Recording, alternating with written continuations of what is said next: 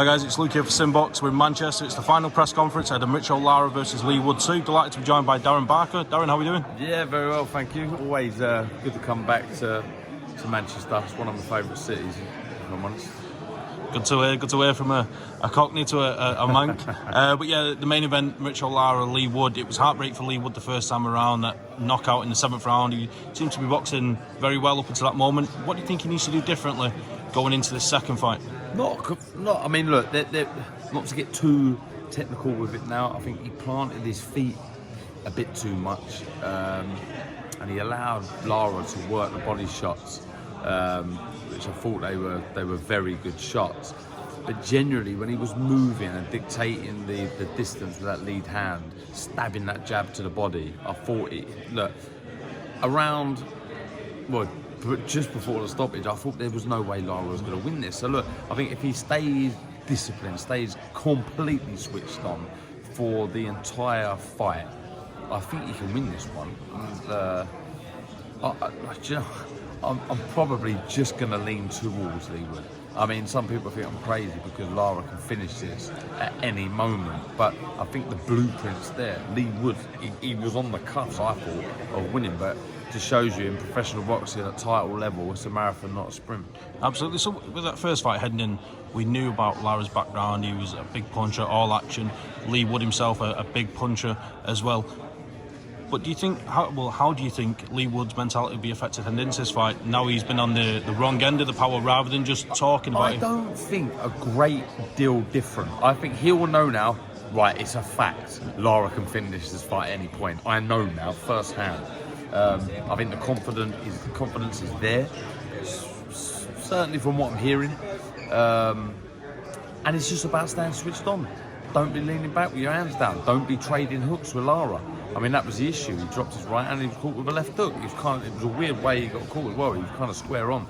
But anyway, don't drop your right hand when you throw a hook. I think, in all fairness, if he was to keep tucking his right hand up for a left hook, he's got every chance in really, really troubling Lara, who, when he throws a hook, is dangerously low. So I think little changes, minor changes, but I think that the whole thing is about staying switched on. Right, okay, I'm going to throw a left hook now, bang, that's there. Like little things like that. Absolutely. So away from the Manchester card, in the same weight class, we've got Alberto Lopez, who defeated Josh Warrington, of course, going in with Michael Conlan. Your thoughts on that fight, Darren? Good fight. I was impressed with Lopez. Very, not typically Mexican, was he? Yeah. You know, he had an unorthodox style, but he unsettled Warrington, he hurt Warrington, and he come away a worthy winner. But I think Conlan wins this fight.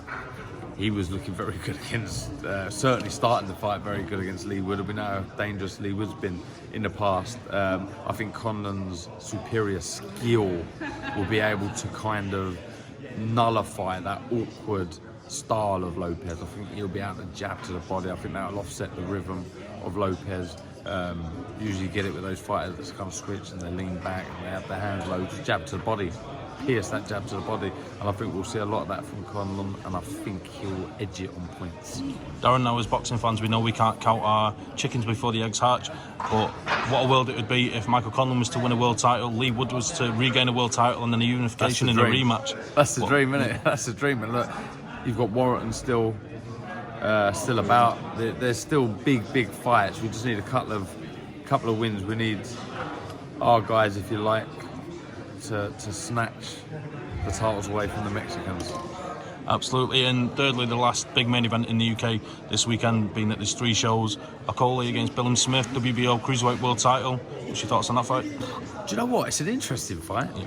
It's a fight in which I think, I'm a big fan of both. I like both guys. I've known them for a long time. Lawrence Okolie is a former Repton fighter. Chris Billam Smith, I mean, if you've ever met him, he does live up to his nickname, the Gentleman. He's a lovely bloke. But I just think Lawrence Okolie, I don't know if he loses at cruiser, if I'm honest. I just think he's too big.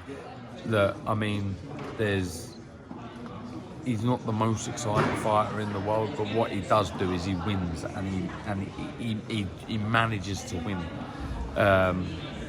He uses his advantages so well, and I think it's another fight in which he'll be declared the winner. How much do you think that the fact that they both work with Shane McGuigan will play into this fight? Was you ever in that position yourself during your career that you fought somebody that you used to train with? Good question. No, I don't think I was. No, I don't think so. But yes, he will know Shane, obviously, weaknesses, strengths, and I think it becomes a whole lot easier to come up with a game plan, whether that's a winning game plan or not. He will know the strengths and weaknesses. So yeah, it makes the task a little bit easier. And for me, that's what makes this fight interesting. Will that be the difference? Will that be the little edge that nobody else has had, but Chris has because of Shane? You know, it really is an interesting one. Absolutely. Well, Darren, thanks for speaking to My SimBoxx. pleasure, We mate. look forward to a big weekend of boxing. We'll speak again soon. Nice.